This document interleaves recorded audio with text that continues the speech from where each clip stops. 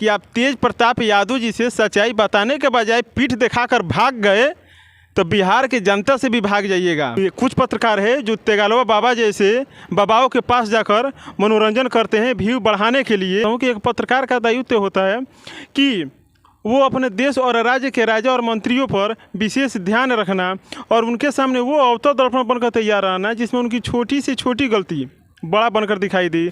और मैं आपको ये बतला देना चाहता हूँ कि अखंड भारत के पवित्र बिहार की भूमि से एक से बड़े एक होनहार व्यक्ति हुए जो हर कलाओं की क्षेत्र में अपना नाम रोशन किए। उन्हीं में से कुछ पत्रकार भी हुए और है जो कोई देश में अपना नाम रोशन कर रहा है, तो कोई परदेश में, तो कोई अपने राज्य में, तो कोई अपने क्षेत्र में। और उन्हीं में से एक पत्रकार और है जिनका नाम वेद प्रकाश है। पता ना ये किस प्रकार की पत्रकारिता करते हैं कि हमें कुछ समझ में ही नहीं आता है। मैं इनका वीडियो जब भी देखता हूँ ना तो ऐसा लगता है कि ये किसी के दबाव में या किसी से बहुत डरे हुए हैं, जिस वजह से ये अपना पत्रकारिता जो है कि सही ढंग से नहीं कर पा रहे हैं।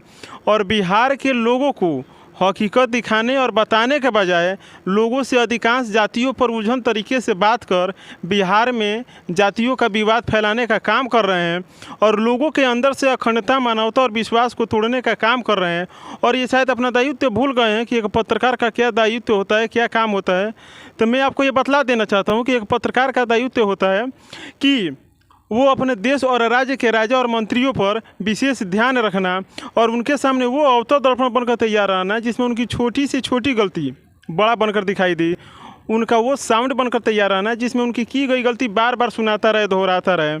उनका वो सुई बनकर तैयार रहना जिसमें उनकी की गई गलती चुप कर याद दिलाता रहे कि आपने इसके पहले ये गलती किया था जिसका परिणाम हमें ये मिला।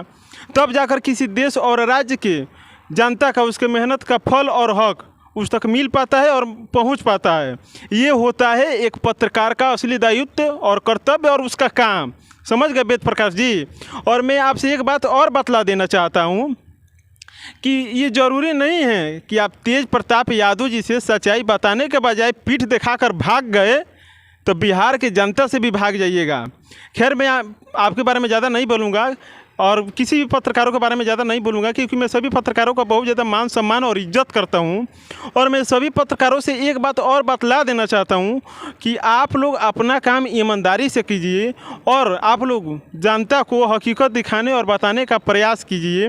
नहीं तो जिस दिन अगर कोई पत्रकार सबूत के साथ पकड़ा गया कि हाँ भाई ये जो व्यक्ति जो है पत्रकार जो है ये जनता में गलत न्यूज़ फैलाने का काम कर रहा है, अगर सबूत के साथ पकड़ा गए तो याद रख लेना ब्याज के साथ वसूल किया जाएगा।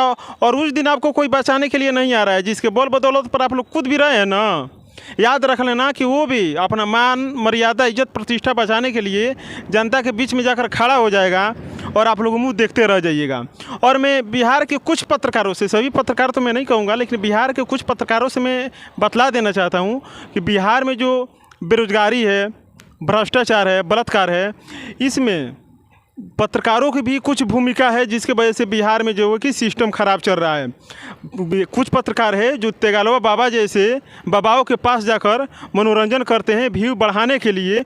अगर वो पत्रकार किसी पंचायत के मुखिया के पास जाकर उनसे सवाल जवाब करे कि हाँ आपने अपने पंचायत की जनता के लिए क्या किया है, कौन सा काम किया है बतलाइए, और पंचायत की जनता से भी जाकर पूछे कि हाँ ये जो मुखिया है पहले वाले मुखिया से अच्छा है कि बढ़िया है, उससे अच्छा काम कर रहा है कि बढ़िया काम कर रहा है, और वो सूचना जो है कि पूरे बिहार के जनता को दिखाने का प्रयास कीजिए। और तब जाकर बिहार का विकास परिवर्तन होगा।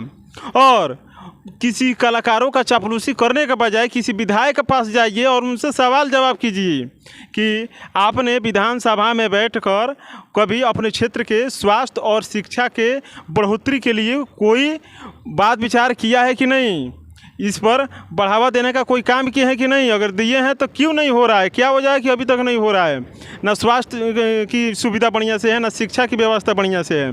किसी राजू जैसे भिखारी के पास जाने के बजाय कि फ़ोन पे लेते हो कि गूगल पे लेते हो कि कैश लेते हो, उनके पास जाने के बजाय किसी क्षेत्र के सांसद मंत्री के पास जाइए और उनसे सवाल जवाब आप कीजिए कि आखिर में क्या वजह है कि आपके क्षेत्र से बेरोजगारी दूर नहीं हो रही है।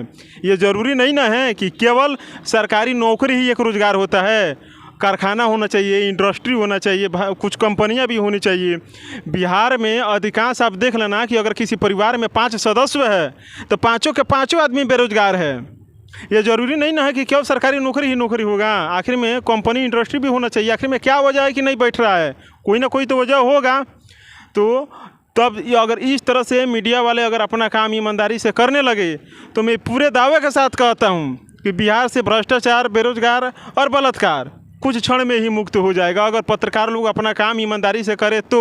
और मैं सभी पत्रकारों को ये नहीं कहता हूँ, बिहार के कुछ पत्रकार जो है बिहार को बदनाम कर रहे हैं और लोगों को हकीकत दिखाने और बताने के बजाय कॉमेडियन वीडियो बनाते हैं, जिससे उनका जो है कि व्यू बढ़ सके।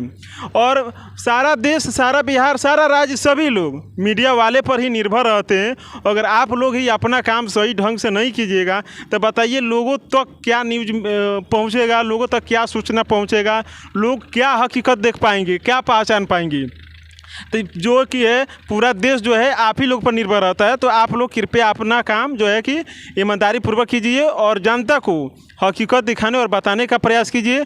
और मैं इस बात को लेकर मुझे आप लोगों से निवेदन है कि आप लोग अपना काम, अपना दायित्व सही ढंग से कीजिए। जय हिंद, जय भारत।